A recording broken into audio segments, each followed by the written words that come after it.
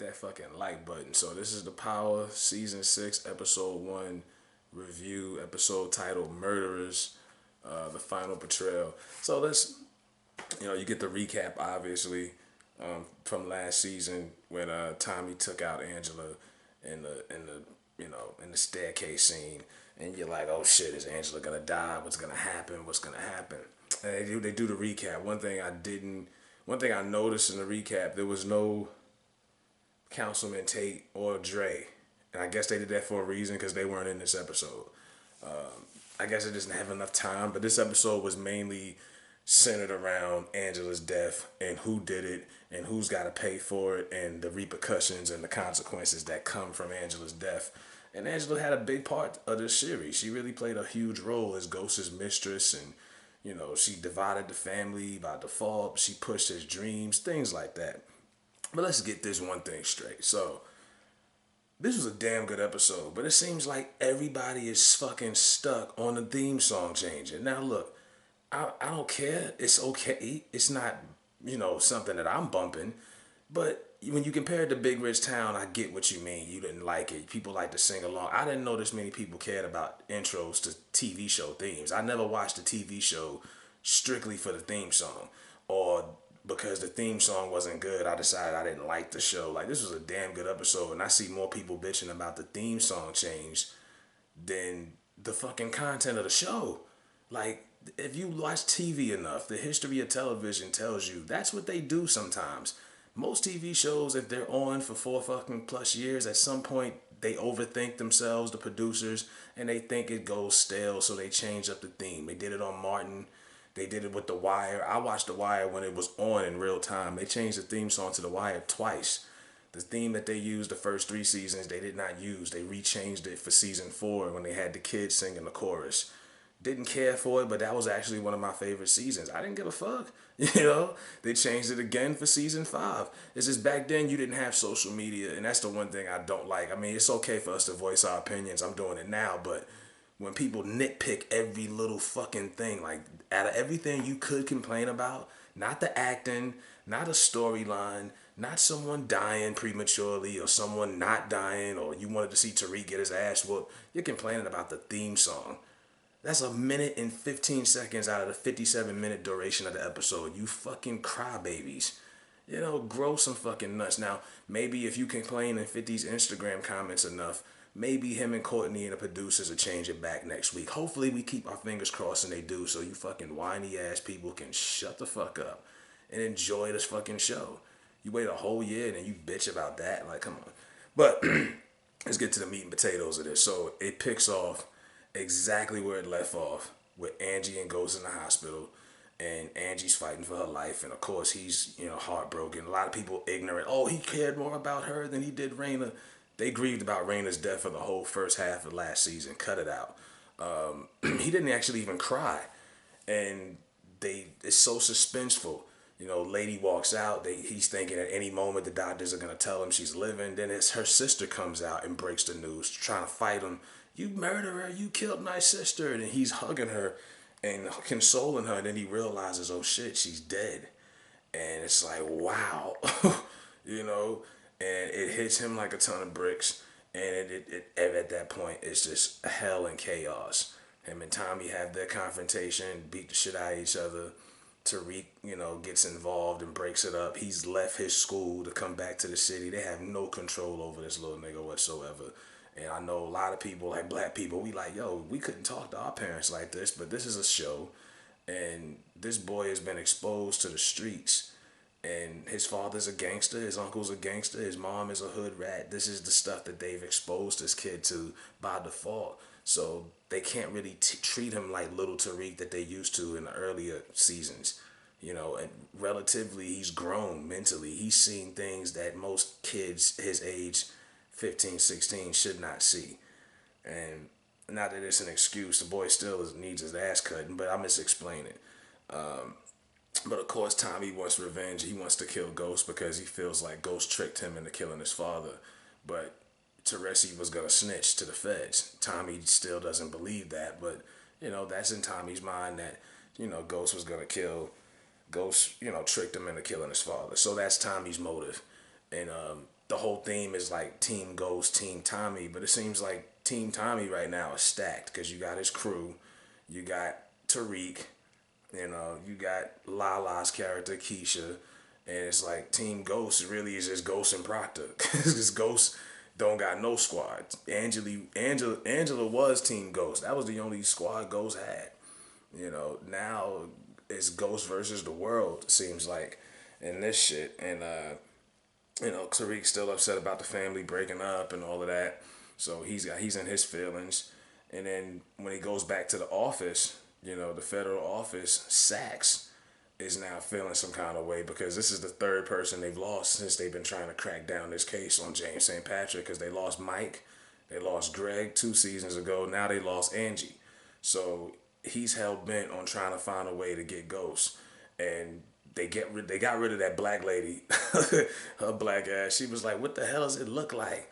They got rid of my black ass. Yeah, they got rid of her, cleaned office. They got a new guy, and Sachs does a deal with him like, "Hey, look, if we can get Proctor to snitch, to flip him on Ghost and get us, we can find a way to get Angie. I mean, to get Ghost for Angie's death." So that's their whole motive of this season. And of course, they take Ghost and Proctor in for questioning, but Ghost, like a real G, refuses to rat out Tommy. He'd rather put him in a body bag than put him to jail. So Ghost still, follows the street protocol. He doesn't rat, doesn't even, but they really have nothing on Ghost, you know. And the thing is, Angie never signed any paperwork to be a federal witness. They're thinking that, oh, Proctor must have told Ghost. And Proctor did tell Ghost that Angie could be a federal witness, but Angie never did it, and they never had any paperwork. Meanwhile, her sister is hell bent on trying to get Ghost locked up because from day one, she never wanted Ghost and her sister together. She hated Ghost from the jump. Never wanted Ghost because she knew it was going to turn out like this. So that's another person that's against Ghost. Might not be Team Tommy, but she definitely ain't Team Ghost. Now, Team Tommy, Keisha's character, Lala, and Lala's come a long way. Her acting is still, it's a little better. Her son is in it. They're trying to, and people say, well, where was her son at? Well, when they, in these shows, when they're trying to, this is how you know at some point they're going to kill a character. When they try to soften you up as a fan or as a viewer, they start showing you the people's family and, personal inside traits so you can feel something when they actually get killed. So now they're showing us more of Keisha's personal life. Her and Tasha ain't talking, I guess, at this point. And, Tommy gets her to take the gun, throw it in the Hudson River. If anybody, am I tripping or did Lala get an ass job? Lala's ass looks ridiculous. Like, it looks good, but don't get me wrong, but you can tell it ain't hers. You could tell it was some work done, if that makes any sense. It's kind of like Nikki's butt before it got out of hand. You could tell it wasn't hers, but at the same time, you like, like, okay, we get it. You want a hot show right now. You want to show it off. You might want to have some other opportunities down the line, but her ass looked extremely large, and it was just noticeable. I'm like, yeah, Lala definitely got her ass done. Tasha goes to find Terry Silver, of course, and then they tell her when she goes down looking for him at his job, they haven't seen him in a week, and his family files a missing people's report. That's when she puts it together that Ghost killed him. And of course, Ghost lies and says, "No, I didn't do it." And then that's the breaking point. And she's like, I loved him. And it's like, I don't think Tasha ever loved that dude. It wasn't even that long. I think it was just she wanted to feel wanted again. She needed to be desired. She was jealous because Ghost was with Angie, and she wanted somebody to give her some attention. That was just the alternative. Same thing while she fucked Sean. It wasn't love. It was just lust. She just wanted to be wanted again. And she talked herself into thinking she loved this guy, but it wasn't that. And she wants to file for divorce. Finally, after fucking 5 years, she wants to file for divorce. And Ghost is sitting there like, what the fuck? And of course, Tasha's mom, who was an OG. I love that character, by the way. She's evil and toxic, but I wish they would put her in more. Kind of like Tommy's mom. I wish Tasha's mom had more scenes in the show because she's a fucking trip. She's like, bitch, you ain't got no job. You ain't got no money. You ain't got no plan. You better take your ass back to that penthouse and chill and figure that shit out. The side bitch is dead. And she's like, well, Mom, I have a future with Terry Silver. And she was like, really? Where he at? Because I ain't seen that fool in a minute.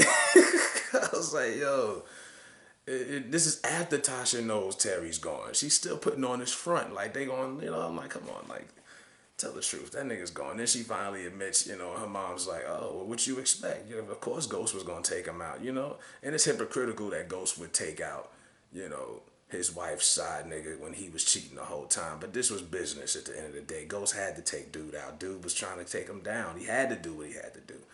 Of course, Tommy is not the businessman when you go back to Tommy. Tommy isn't the businessman that Ghost was, and his crew is definitely looking at him sideways. So Tommy tries to get a pickup from Jason. They tell him, we gotta wait for this check to clear. You're gonna have to wait tonight. Tommy's crew wants it now. They're bloodthirsty. Poncho, and I'm not sure if Poncho was in the series before. I never seen him. Puerto Rican cat.